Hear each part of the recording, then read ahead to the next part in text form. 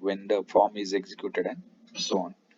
So these are all form parameters which are actually set at a form level.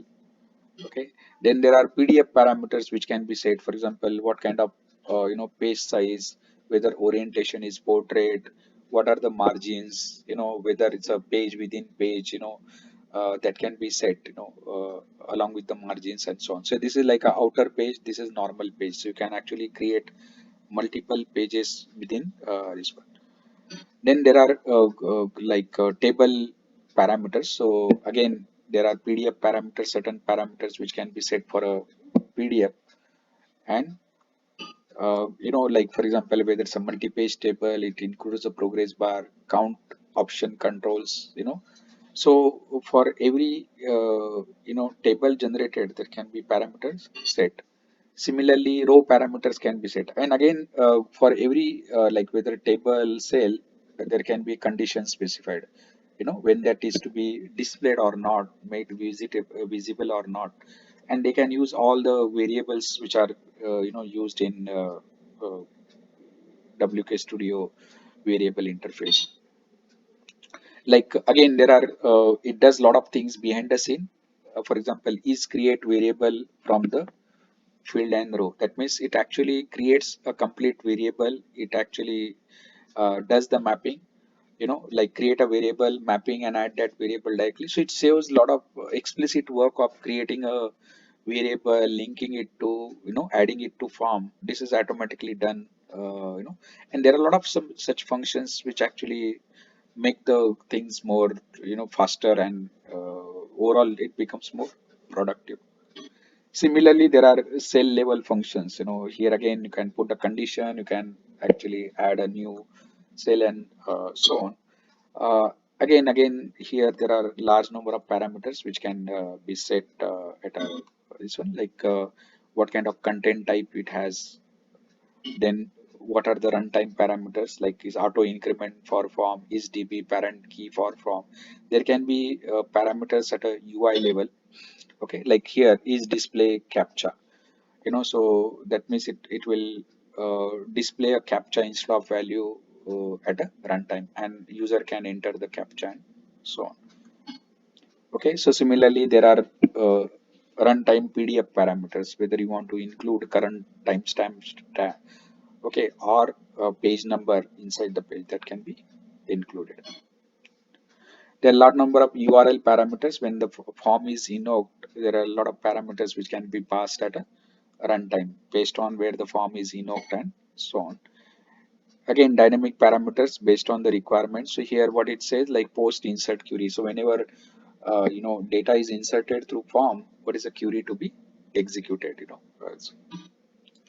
Then there are a lot of predefined controls and scripts which are part of this one. Okay, so like it can be a script, it can be a control, or it can be a simple style which can be used at runtime. There are a lot of predefined controls and scripts are there which can be inserted at runtime based on the requirement. For example, it can add show hide button script. It can actually create a navigation buttons, if they are not already added. This is script interface. So scripts can be added, especially JavaScripts can be added, at runtime, when the form runs, and they can, for example, here there is a, and again, when the form is created by Wizard, it includes the basic functionality like before record update, on record update. So that means this script is executed before the record is getting updated, and this at a client side, this gets executed when the record is updated and so on. Okay, there are again HTML formatting parameters based on the requirement. Like for every parameter, there can be a, again, PDF parameter here. There can be a line spacing, what kind of, for example, color, So multiple formatting parameters can be entered. This is a preview of the form. Like you can see the preview, how it looks like and so on. This is a drag and drop interface which actually helps to interactively build forms using drag and drop object. So you can just drag the objects and drop into wherever you need and so on. Again, here a lot of parameters can be set. What are the possible values it can take? What is the element type, whether it's a numeric or all this you can actually use to create the form.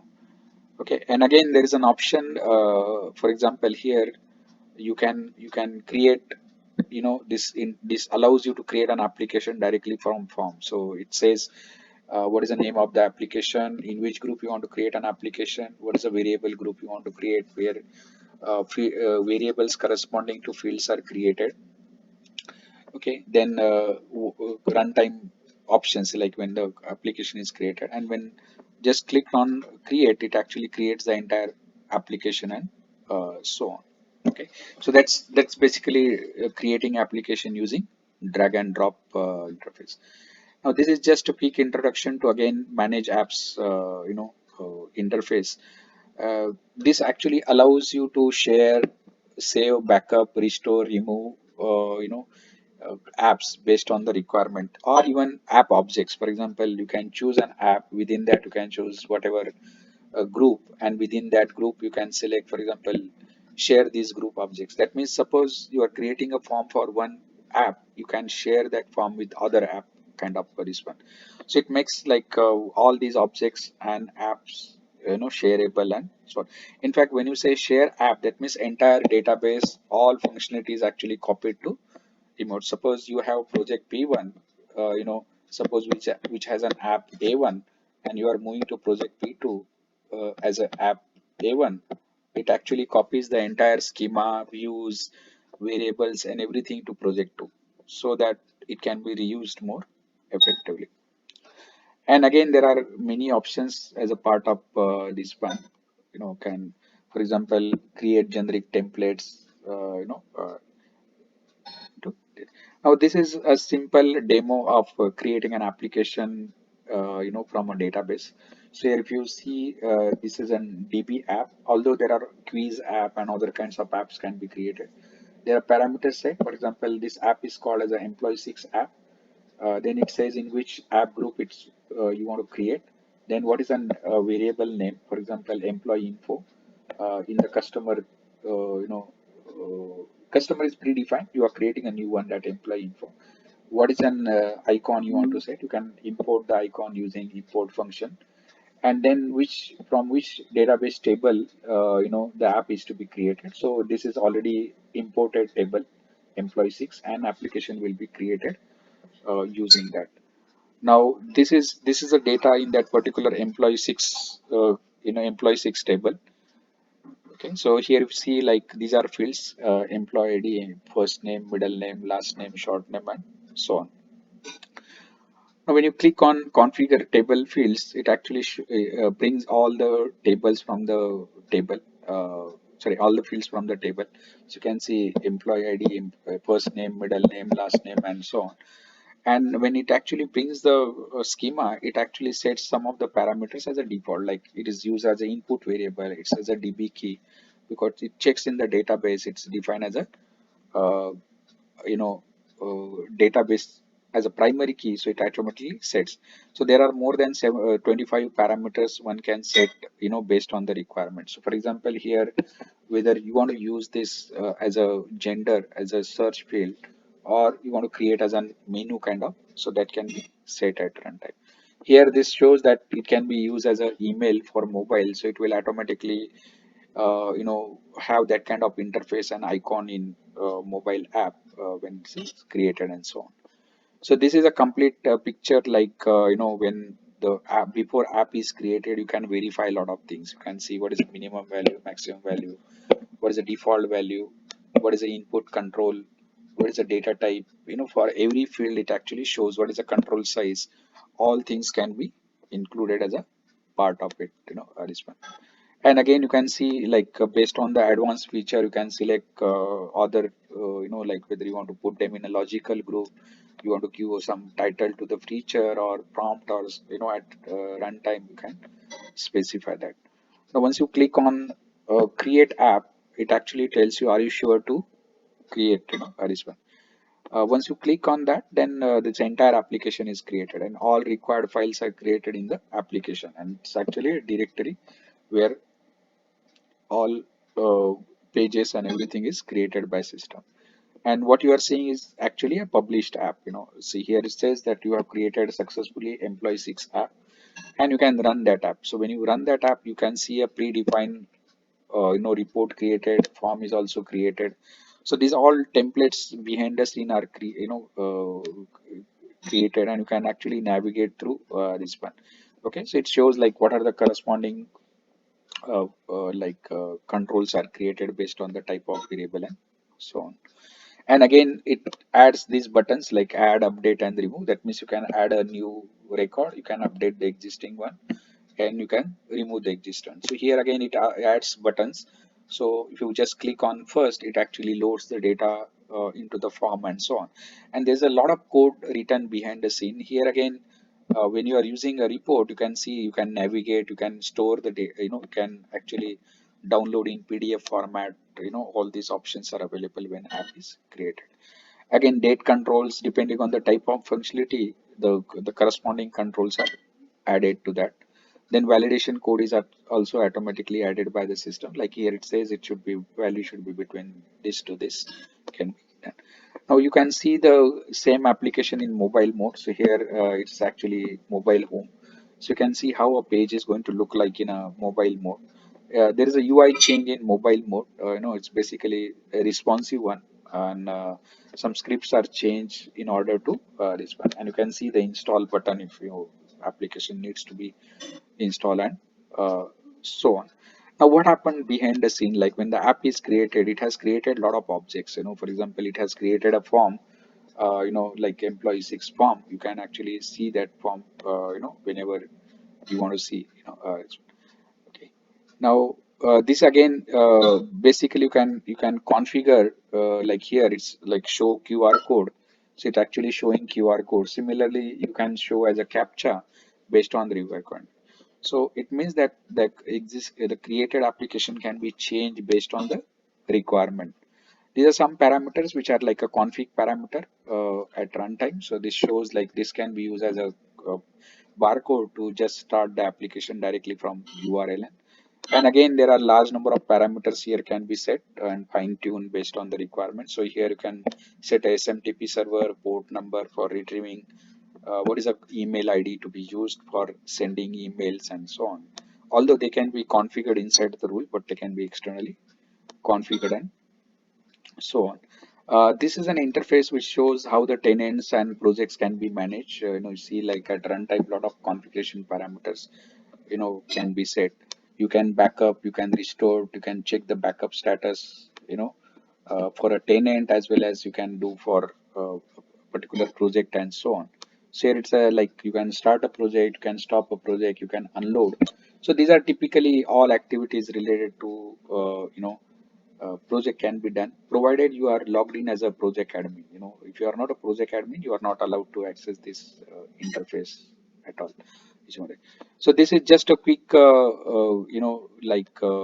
interfaces which show when the app is created, what it has created. So our variable group name was employee info. So it actually creates a lot of basic fields as well as additional fields. So here it's the city, contact number, country, date of birth, all are displayed, uh, sorry, all are generated by uh, that app wizard. Then you can see the form which is generated by app wizard in a form interface. You can see this is a preview of that form that I just showed, a response. Then this is a mapping done behind the scene. That means these entire objects are created by WK Studio when the app is created, and you can modify them later on. So here it actually shows this employee ID is connected to table employee 6, and the field name is employee ID, and it is actually connected as a primary key. Now if you just don't want people to update the code, you can actually remove this update mapping, because there are two types of mapping: read only and update mapping and so on. Okay, similarly it has created a dynamic query to bring the data at runtime. So these are all again created by WK Studio when the app is created. Then there are basic rules created by which actually allows you to view, add, update, delete, and show the rule at runtime. So no need to write the rule initially. This is automatically generated by app wizard and so on. Okay, so just quickly, what are the core algorithms and modules in WK Studio?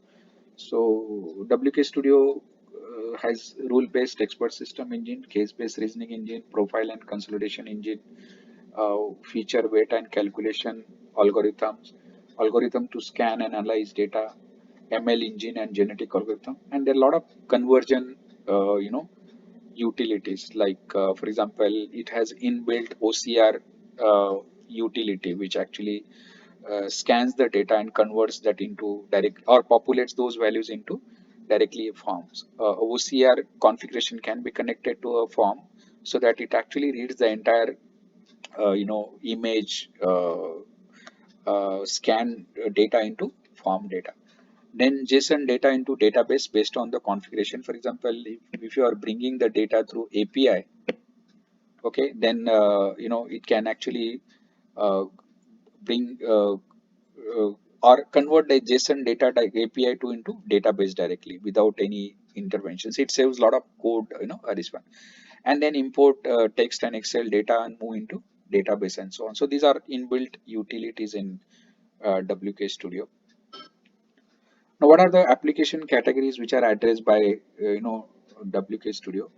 Right from business application to advisory to diagnostic and troubleshooting, knowledge-based intelligence system, personalization, recommendation, intelligence search, selection and match, and general ML and rule-based systems can be addressed by WK Studio. You can actually refer to documentation in go into much detail. For example, advisory application assist an end user on various subjects and matters such as legal, health, real estate, and tax. So advisory applications can be written over there.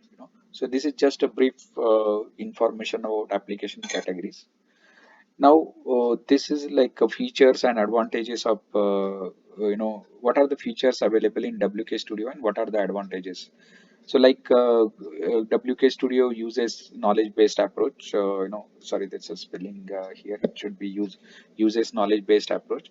It simplifies and expedites app development, avoid a complex and crowded interface, divides the interface into simple and manageable ones with lot of images and icons and annotation that can be done. Then it's based on the core knowledge based framework like development and configuration interfaces to build and configure UI, database access, retrieval, update, everything is managed by core framework, so no need to write a lot of code inside. And it supports the fourth generation programming language, that as discussed, which actually provides high level construct which makes the code much simpler and smaller. Then integration with Python and generic ML APIs. Then CSV pre-processing APIs, common vocabulary for all computing layers. It's a web-based and multi-tenant architecture. Native support for multilingual app development. Then integration with external APIs and programming languages. Inbuilt PDF designer and HTML to PDF, customizable email interface. You can actually put email parts inside the form, like for example, inbox, compose as a part of, this. Then inbuilt sign up, sign in, forget password, change password kind of, interfaces. Another feature of WK Studio, you can create a lot of web links, and web links basically, help the user directly connect to particular page. It supports a lot of bookmarks also. So as a user, you can actually select a particular functionality, bookmark it. It's like a bookmarks within the application. So suppose you are paying a newspaper bill every month, so you can actually bookmark it. So whenever you click on that particular bookmark, it actually takes you to directly a particular app functionality. So you don't have to navigate every time through predefined route and so on. Database management interfaces, which makes it easier to create, define, connect databases schemas interactively, manipulate database objects, and so on. Then inbuilt charting and dashboard. So since it's connected to JQuePlot, Plotly, and WK Studio has its own graphics, like functions which can be used to create different kind of charts and graphs. Data import, integration with Excel, drag and drop, DB based app create interfaces, integration with other WKS technologies like case based reasoning, genetic algorithm, deep profiling, feature weight calculation. It brings in advantage of a lot of other technology is available in WK Studio. Editable SQL query reports. You can actually have a report which can be edited. Suppose you have a card, predefined field card, so user can change the quantity, based on the user requirement. So such kind of things can be done. And then pre-built universal data schema. Most of the uh, building blocks are available, which can actually help to quickly develop application, rather than spending more time on creating schema and so on. So this is all about WK Studio, a brief introduction uh, about what are the various interfaces, what are the features, what WK Studio is all about, and so on. So thank you.